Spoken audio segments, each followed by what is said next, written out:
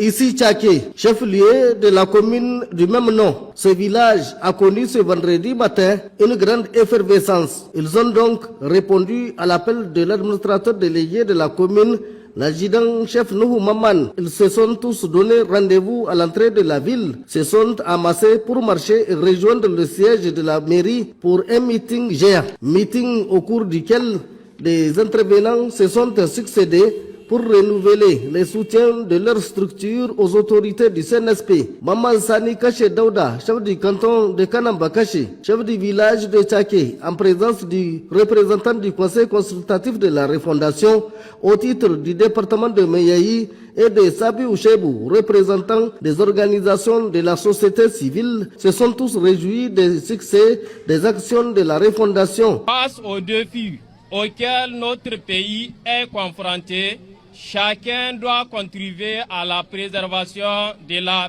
paix, à la cohésion sociale et du respect de l'intégrité générale. Cela nécessite l'engagement de tous. L'administrateur délégué de la commune de Tchaké se réjouit de la forte mobilisation de sa population à l'occasion de cette marche suivie de meetings.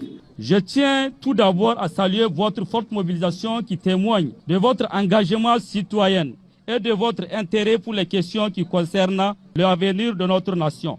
Votre présence massive traduit la volonté du peuple de faire entendre sa voix dans le respect de la paix, de l'ordre public et des valeurs républicaines. Le secrétaire général de la préfecture de Mayaï a remercié les autorités communales, coutumières, les organisations des jeunes femmes et de la société civile de Tchaké pour avoir organisé et réussi avec brio cette marche suivie de meetings de soutien.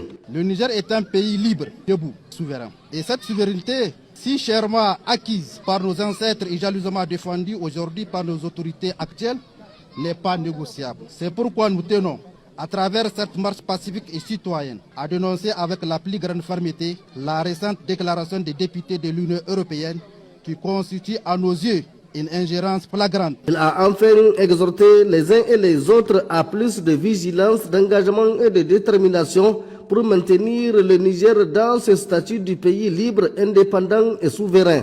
Peu après ce meeting, les manifestants se sont retrouvés à la mosquée de vendredi pour la lecture intégrale du Saint-Coran, suivie des prières pour la paix, la sécurité et la cohésion sociale au Niger et dans l'espace AES.